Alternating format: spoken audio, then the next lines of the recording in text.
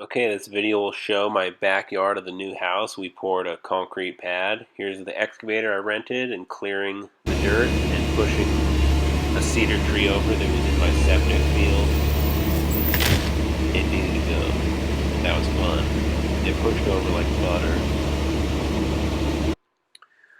Here's me cleaning up the tree debris and getting it all graded out, ready for the retaining wall forms.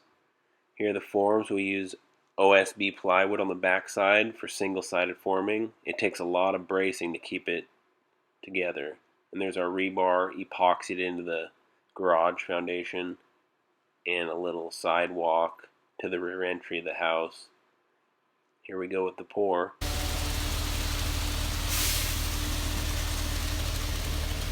Yeah. Go ahead, give me the chute.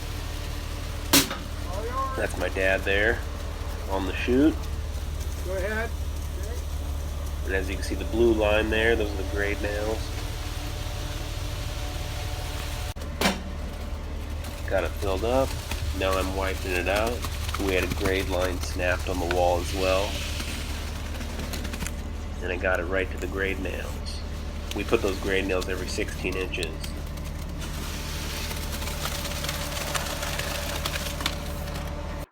Here's my dad working the patio under the deck, getting it all dialed. And here I am removing the grade nails on the top of the wall so you can start smoothing them out and eventually using the edger to make a nice rolled edge.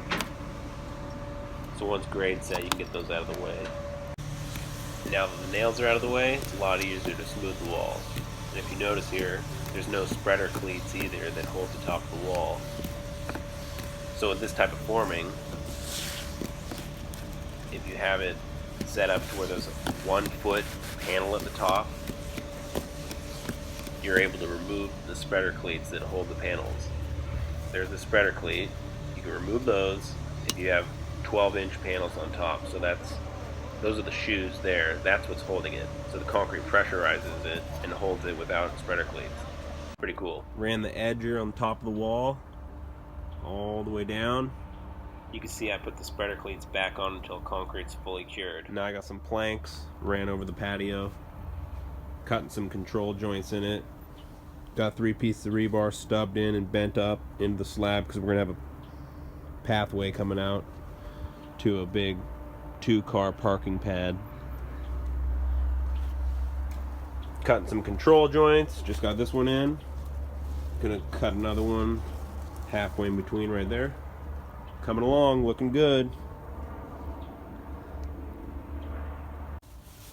And here's how you make sure the concrete cracks where you want it to. If you don't do this, the concrete will crack wherever it wants to, because concrete is guaranteed to crack. So you stab it in about 1/3 the thickness of the pour, and this separates the rocks. Right now you're spreading the rocks apart, which gives strength to concrete, but if the rocks are spread apart, it's going to crack right there. So I just make sure I go in about 1.5 inches for a 4-inch pour. And now I run my joiner to clean up the edge, make a nice looking control joint. And there the patio's done. Gave it a nice trowel finish, but left it hazy, kind of like a light broom finish for traction. And here we're setting up for the final parking pad pour. There's rebar in. And now here we go. This is me, my dad, and our other guy, Dave. He's wearing the brown t-shirt.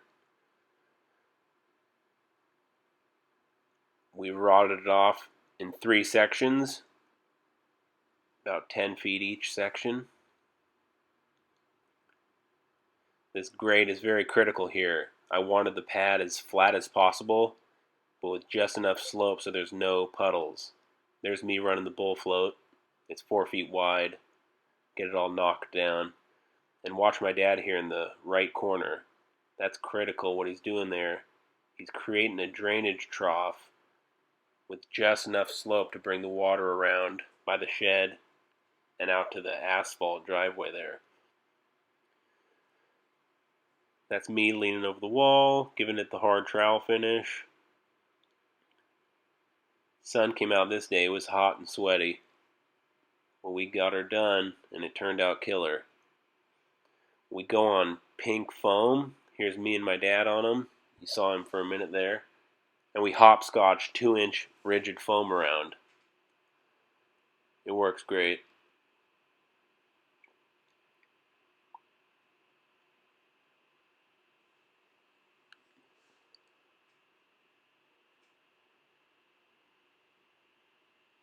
And there it is, all done.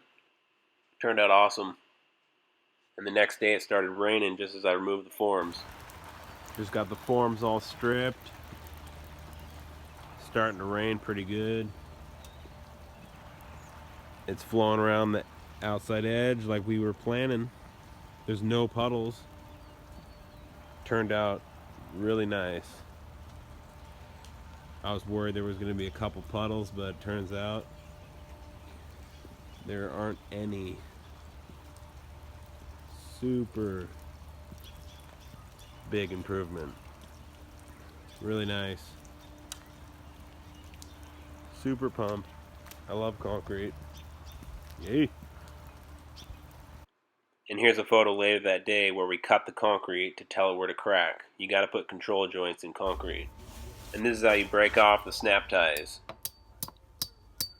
You want to wait about a week until the concrete's fully cured to do this. So you bend them over at 90 degrees there until they're up against the wall. But you don't want to dig into the wall and mar the finish. And then twist them up around until they break. And then you put it back in and just tap it, and the cone washer will pop right out. Nice and easy. Thank you for watching my video. I appreciate you guys giving it a thumbs up and commenting. I love comments and answering your questions.